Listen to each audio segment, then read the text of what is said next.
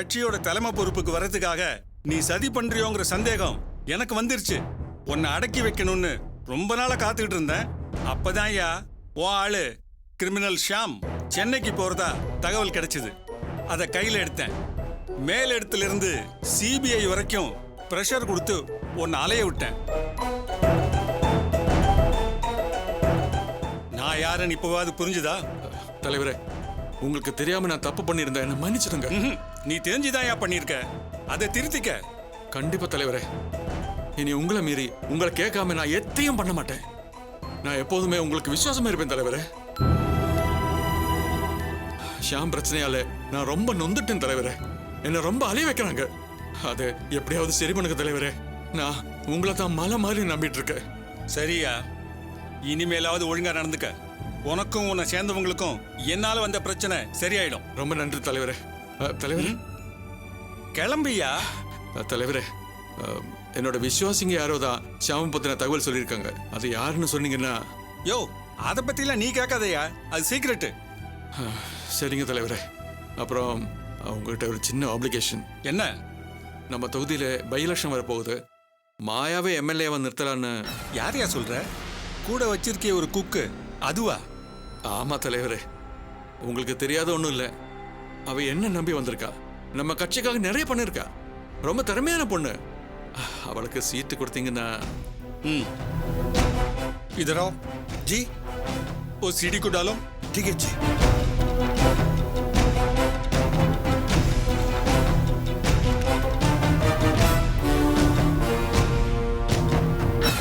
इतने பேர் சாட்சியா கேமரா முன்னாடி பப்ளிக்கா கேக்குறேன், என் புருஷன் எங்க? இவ்வளவு மினிஸ்டர் சேர்ந்து என் புருஷனை கடத்தி வச்சிருக்காங்க. எங்கன்னு கேட்டா சொல்ல மாட்டேங்கிறாங்க. இன்னொருத்தி புருஷனோட முறை இல்லாம வாழ்ந்துட்டு இருக்க இவளுக்கெல்லாம் குடும்பத்தை பத்தி என்ன தெரியும்? இவ தப்பான ஆளு சார்.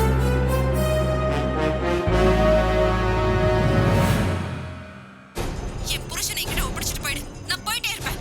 இல்லன்னு வச்சுக்க, உன்னை பத்தி நீயும் மினிஸ்டர் பண்ற பிசினஸ் பத்தி எல்லாத்தையும் நான் சேனல் முன்னாடி சொல்லிடுவேன்.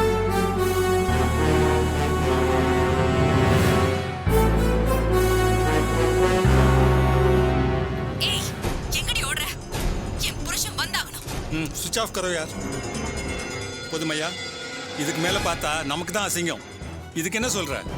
இன்னைக்கு முழுக்க லோக்கல் சேனல்ல இத போட்டு நார் அடிச்சிருக்காங்க. அவளுக்கு சீட்டு கொடுத்தா எப்படியா ஜெயிப்பா? அப்பாவி பொண்ணுக்கு இவ்வளவு பெரிய துரோகம் பண்ணிருக்கா, அவளை போய் நிறுத்திட்டாங்களேன்னு ஜனங்க கொதிச்சிட மாட்டாங்க? இந்த பாரியா, நீ யார வேணா வச்சுக்கோ, எப்படி வேணா இருந்துக்கோ. ஆனா உன்னாலேயோ உன்னை சேர்ந்தவங்களாலேயோ எனக்கோ கட்சிக்கோ கெட்ட பேர் வருதுன்னு தெரிஞ்சது, அடுத்த எலெக்ஷன்ல உனக்கு சீட்டு கிடையாது. போயா. தலைவரே,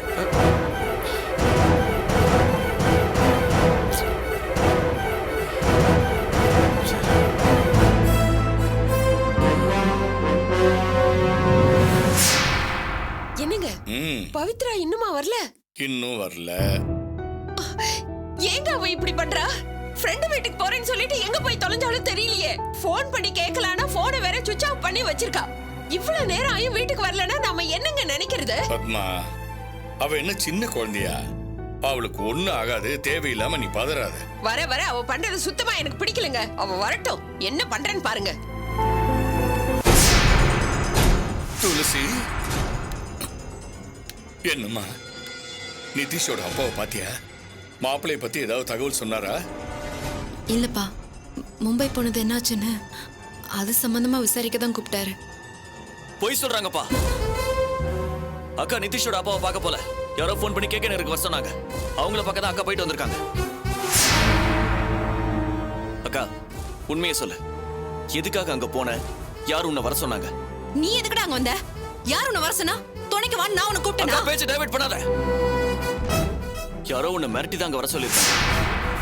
நானும் ஒரு டவுட்ல தான் வந்தேன். கேகே நகர் பார்த்து சாரதி ரோட்ல யாருக்காகவும் நீ வெயிட் பண்ண. திரும்பவும் உனக்கு போன் வந்துச்சு. அதுக்கப்புறம் நீ இங்க வந்துட்ட. சொல்லுக்கா, என்ன பிரச்சனை? போன்ல யார் பேசினாங்க?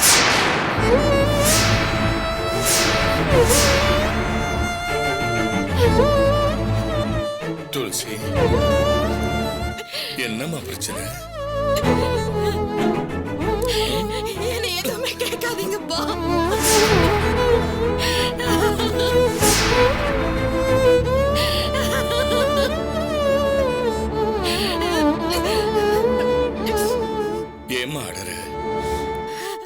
மாப்பிள்ளைக்கு ஏதாவது ஆபத்தா? அப்புறம் எதுக்கு அழற? என்னதான் பிரச்சனை? பவித்ரா பெரிய ஆபத்துல மாட்டியிருக்காப்பா. அவளை யாரோ கடத்திட்டாங்கப்பா.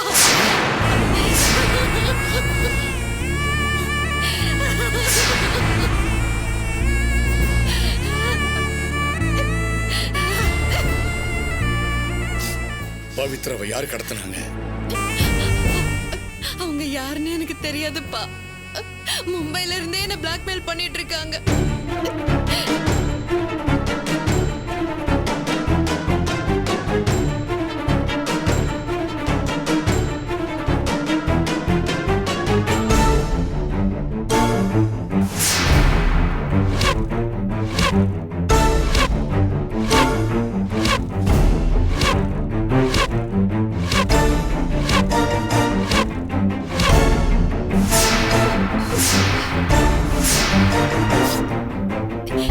இதெல்லாம் எதுக்காக பண்றாங்கன்னு தெரியலப்பா.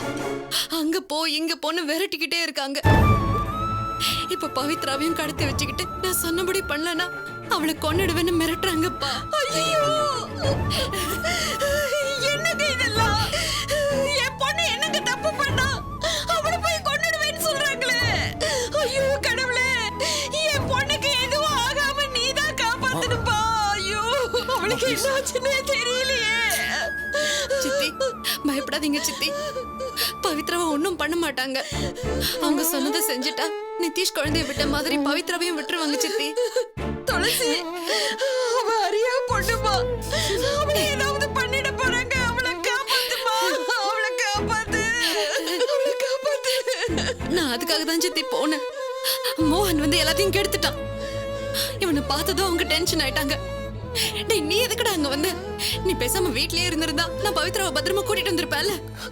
அக்கா எனக்கு என்ன பிரச்சனைன்னே தெரியாதுக்கா. நீ அவசரமா கிளம்பி போனதால உனக்கு ஏதோ பிரச்சனை இருந்தா நான் பின்னாடியே வந்தேன். என்னம்மா இது?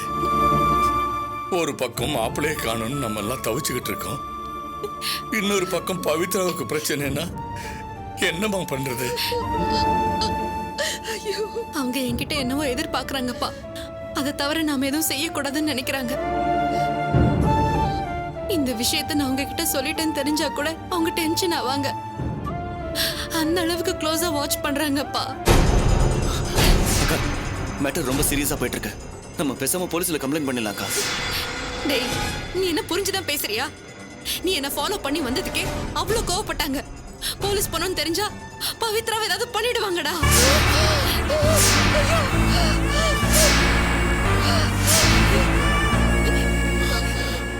ஐயோ, இப்ப என்னதான்க்கா பண்றது?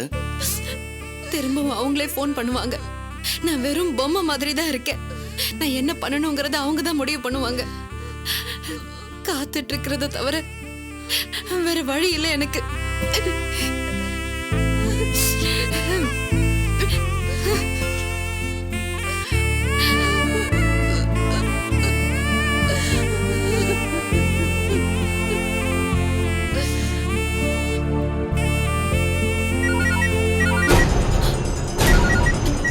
அப்பா அவன்தான். அக்கா, என்கிட்ட கொஞ்சம் நான் பேசுறேன். நானே பேசுறேன். ஹலோ, ஏய், உன் தம்பி வரவே இல்லைன்னு போய் சொன்னீங்க. வந்தது உன் தம்பி தானே? என்னமோ செக்யூரிட்டி கார்டு மாதிரி கூட்டிட்டு வந்த. உனக்கு அறிவே இல்லையா? அவன் வந்ததே எனக்கு தெரியாதுங்க. போய் சொல்லாத. உன் தம்பி என்ன பெரிய ஹீரோவா? எங்க எல்லாரையும் காலி பண்ணிட்டு உன் தங்கச்சியை காப்பாத்திடுவானா? இப்ப பாக்குறியா அவளை என்ன பண்றேன்னு? எதுவும் பண்ணிடாதீங்க. அவன் தெரியாம வந்துட்டாங்க. இத பாரு, சரின்னு சொல்லிட்டு அவனை அங்கேயே புடமாக்கி இருப்பாங்க. அனாவசியமா உயிர் பலி வேண்டாமேன்னு பாக்குறேன். இனி இந்த மாதிரி ஏதாவது பைத்தியக்காரத்தனம் பண்ணுன உன் தங்கச்சி டெட் பாடியா தான் வருவா. அவளை எதுவும் பண்ணிடாதீங்க. இனிமே இந்த மாதிரி நடக்காம பாத்துக்கிறேன். சரி, நான் சொல்றபடி பண்ணு. நேரா கேக்கினா இருப்போம். அங்க போலீஸ் ஸ்டேஷனுக்கு பக்கத்துல ஒரு பீடா கடை இருக்கும். அங்க நம்ம ஆள் ஒருத்தன் வருவான். நீ என்ன பண்ணணும்னு அவன் உனக்கு சொல்லுவான். அதுபடி செய். என் தங்கச்சி, நான் சொன்னதை செஞ்சு முடி. உன் தங்கச்சி பத்திரமா வந்துடுவா. என்னம்மா? அப்பா என்ன கேக்க நகர் வர சொல்றேன்ப்பா. நான் போயிட்டு அக்கா, வந்துடுறேன். நானும் வரேன்க்கா. ஏய், முட்டாள்தனமா பண்ணாத. உன்னால ஒரு தடவை பண்ணது பத்தாதா? நான் பவித்ராவோட வீட்டுக்கு வர வரைக்கும் நீ இத பத்தி யார்கிட்டயும் மூச்சு விடக்கூடாது. எதுவும் பண்ணக்கூடாது, புரியுதா? நான் வரேன்ப்பா.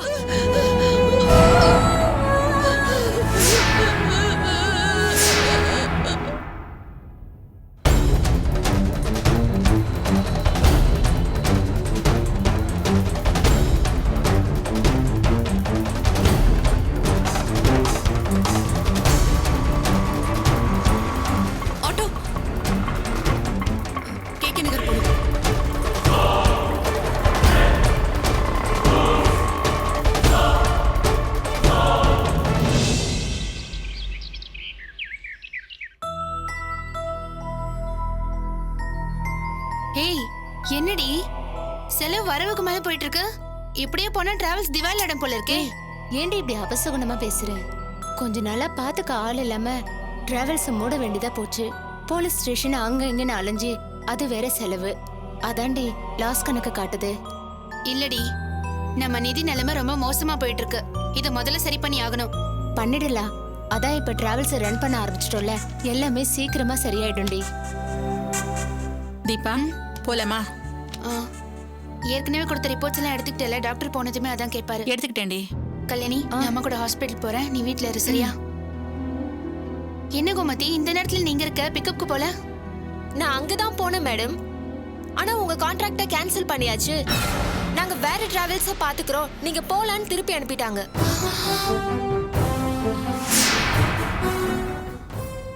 கான்ட்ராக்ட கேன்சல் பண்ணிட்டாங்களா? கேன்சல் பண்ணிட்டாங்க மேடம். 3 நாளா நாம அவங்க கம்பெனிக்கு கார் அனுப்பல. அவங்களும் நம்மள காண்டாக்ட் பண்ண எவ்வளவோ ட்ரை பண்ணிருக்காங்க. நாம தான் சிபிஐ கஸ்டடியில இருந்தோமே, அதனால நம்ம யாரோடையும் அவங்களால பேச முடியல. அதுக்காக கான்ட்ராக்ட் உடனே கேன்சல் பண்ணிடுவாங்களா? அக்ரிமெண்ட் படி அதுதான் ரூல்ஸ்னு சொல்றாங்க மேடம். தொடர்ந்து கார் அனுப்பாம அதனால கம்பெனிக்கு லாஸ் ஆனா கான்ட்ராக்ட் கேன்சல் ஆயிடும்னு நம்ம சைன் பண்ணிருக்கோம். ஐயோ, இப்போ என்னடி பண்றது? அதான் எனக்கு ஒன்றும் புரியலடி. நாங்க ஒரு பிரச்சனையில மாட்டிக்கிட்டோம், அதனால காரை அனுப்ப முடியல அப்படின்னு நம்ம சுச்சுவேஷனை சொல்லிருக்க வேண்டியதுதானே?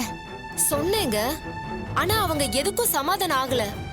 நீங்க சொன்னபடி பொறுப்பா நடந்துக்கல, உங்க மேல வச்சிருந்த நம்பிக்கையை காப்பாத்தல, இனிமே உங்களை நம்ப மாட்டோம்னு திருப்பி அனுப்பிட்டாங்க. இது வரைக்கும் வண்டி ஓடுனதுக்கான பில்ல செக் போட்டு அனுப்பிடுவோம், இனிமே உங்களுக்கு எங்களுக்கு எந்த டீலிங் கிடையாதுன்னு கட் அண்ட் ரைட்டா பேசுறாங்க. என்னால எந்த பதிலுமே பேச முடியல மேடம். ஏய் சரி விடுடி, தப்பு நம்ம பேர்ல தான். அதுக்காக கான்ட்ராக்ட கேன்சல் பண்ற அளவுக்கு போறாங்கன்னா நம்மளால ஒண்ணும் பண்ண முடியாதுடி.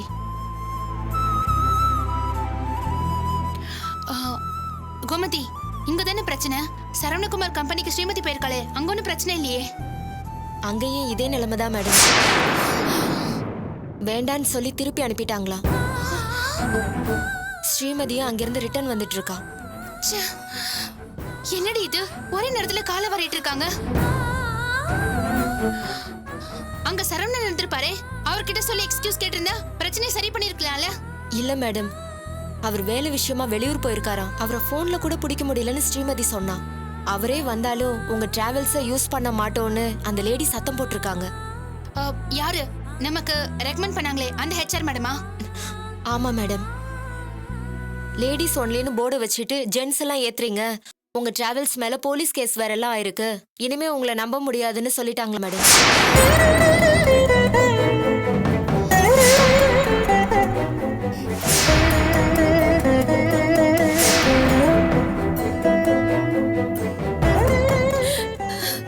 கடவுளே, இதெல்லாம் துளசியோட புருஷனால வந்ததுடி. யாரோ ஒருத்தர் கார்ல ஏத்த சொல்ல போய் இப்ப எவ்வளவு தூரம் ஆயிருக்கு பாத்தியா? இன்னும் அவனால என்னென்ன வேதனை அனுபவிக்க போறோமோ தெரியலையே. இந்த குடும்பமே டிராவல்ஸ் நம்பி தாண்டி இருக்கு. அவன் பண்ண வேலையால இப்ப எல்லாரும் கேன்சல் பண்றாங்க. இப்ப என்னடி பண்றது? ஒரே ஒரு நல்லது பண்ணிட்டு நம்ம குடும்பத்துக்கே கெடுதல் பண்றானே. மா சும்மா பொலமாதமா. கார் வேணான்னு அவரா கேன்சல் பண்ணாரு, அவரையும் குறை சொல்றேன். அம்மா சொல்றதுல என்னடி தப்பு இருக்கு? இந்த கான்ட்ராக்ட் பிடிக்கிறதுக்காக நம்ம எவ்வளவு கஷ்டப்பட்டிருப்போம். லேடிஸ் ஒன்லின்னு தெரிஞ்சும் யாரோ ஒரு கிரிமினலை பிக்கப் பண்ண சொல்லி உன்னை கம்பல் பண்ணதே அவர் தானே. அதனால தானே இவ்வளவு பிரச்சனை. இது வரைக்கும் போலீஸால பிரச்சனை, இப்ப தொழிலையும் முடக்கி போட்டுட்டாங்க. இனிமே நம்ம என்னடி பண்றது? என்ன பண்றதுன்னா புதுசா தான் ஆர்டர் பிடிக்கணும். அது ஒண்ணும் அவ்வளவு ஈஸி கிடையாதுடி. எங்க போனாலும் உங்க சர்வீஸை பத்தி நாங்க கேள்விப்பட்டிருக்கோம். நீங்க எங்களுக்கு வேண்டான்னு சொல்லுவாங்க, இல்லனா ரேட்ல கை வைப்பாங்க. இன்னொரு கான்ட்ராக்ட் பிடிக்கிறது ரொம்ப கஷ்டம்டி. சரி, அதுக்காக இப்ப என்ன பண்ணலாங்கிற? அப்பா இறந்ததுக்கு அப்புறம் இப்படிதானே இருந்துச்சு. நாம போராடி தானே இந்த நிலைமைக்கு வந்தோம். அதே மாதிரி இதையும் சமாளிக்க வேண்டியதான். இப்படி பண்ணிட்டாங்களேன்னு மத்தவங்க மேல நொந்துக்கிறதுல எந்த யூஸும் இல்லடி. புதுசா கான்ட்ராக்ட் பிடிக்க என்ன பண்ணலாம்னு யோசிப்போம். ஆமா, எல்லாத்தையும் அவங்க கெடுத்து வைப்பாங்க. மா போதுமா, டிராவல்ஸ் விஷயத்தை என்கிட்ட விட்டுரு, நான் சரி பண்ணிக்கிறேன். நீ ஹாஸ்பிட்டல் கிளம்பு. கோமதி, அம்மா ஹாஸ்பிட்டல் கூட்டிட்டு போகணும். எதுக்கு? அம்மாக்கு என்னாச்சு? ஒண்ணு இல்ல, ஜெனரல் செக்அப் தான். நம்ம கார்லயே கூட்டிட்டு போயிடலாம். வரேன்டி, வாமா.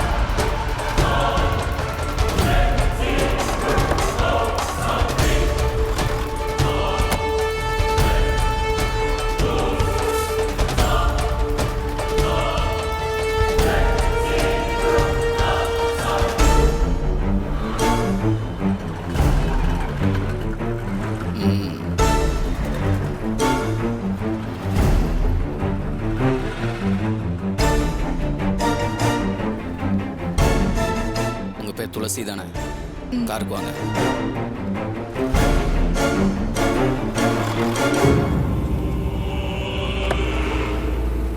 மேடம், காருக்குள்ள போய் உட்காருங்க. உட்காருங்க மேடம்.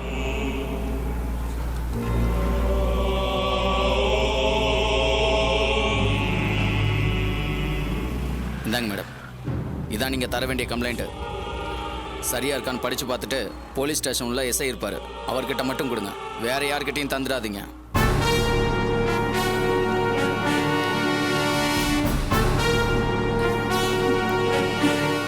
மேயர் சொன்ன மினிஸ்டரின் இரண்டாவது மனைவி மாயாவிற்கும் எனது கணவர் தமிழரசுக்கும் தப்பான உறவு இருப்பது எனக்கு உறுதியாக தெரியும். மினிஸ்டருக்காகவும் மாயாவிற்காகவும் எனது கணவர் நிறைய உதவிகளை செய்திருக்கிறார்.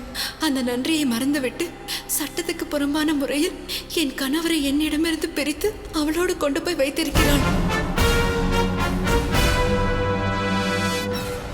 என் கணவரை என்னிடம் ஒப்படைக்கும்படி நான் பலவிதமாக முயற்சி செய்தேன். ஆனால் மாயா அதற்கு சம்மதிக்கவில்லை.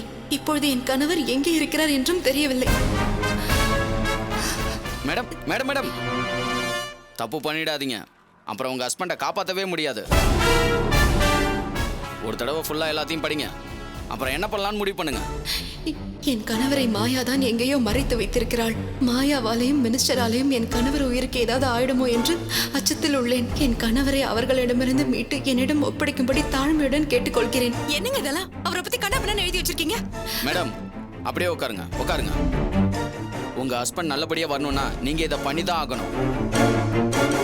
அந்த மாயா உங்க ஹஸ்பண்டை யாருன்னு தெரியாதுன்னு சொன்னாங்களாமே, அவளை மாட்ட வைக்க எங்க கிட்ட சூப்பரான ஆதாரம் இருக்கு. Video clip. உங்க செல்ல ஆன் பண்ணுங்க சொல்றேன். ஆன்ல தான் இருக்கு. நம்பர் சொல்லுங்க. 9440645009. வாட்ஸ்அப் மூலமா இந்த வீடியோ கிளிப் அனுப்புறேன், பாருங்க.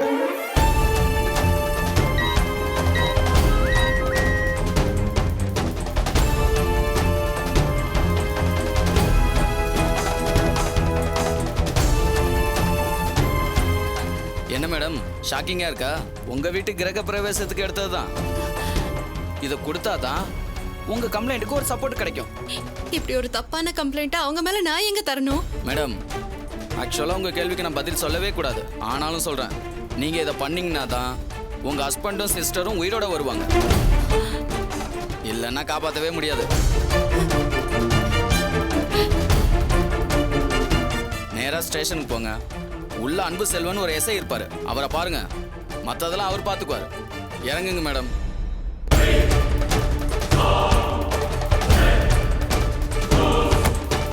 நேரா ஸ்டேஷனுக்குள்ள போய் இந்த கம்ப்ளைண்ட்டை கொடுங்க. போங்க போங்க மேடம்.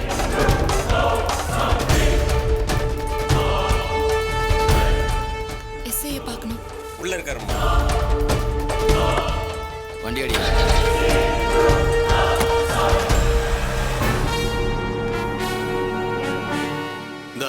இந்த ஃபைலை அவர்கிட்ட கொடு. Okay sir. சார், என் பேர் துளசி. வாமா, வா வா வா வா. என்ன கம்ப்ளைண்ட் கொடுக்க வந்தியா? யாரு மாயா மேல தானே? குடு குடு குடு கொண்டா குடு குடு கொடுமா. என்னம்மா யோசிக்கிற? கொடுமா.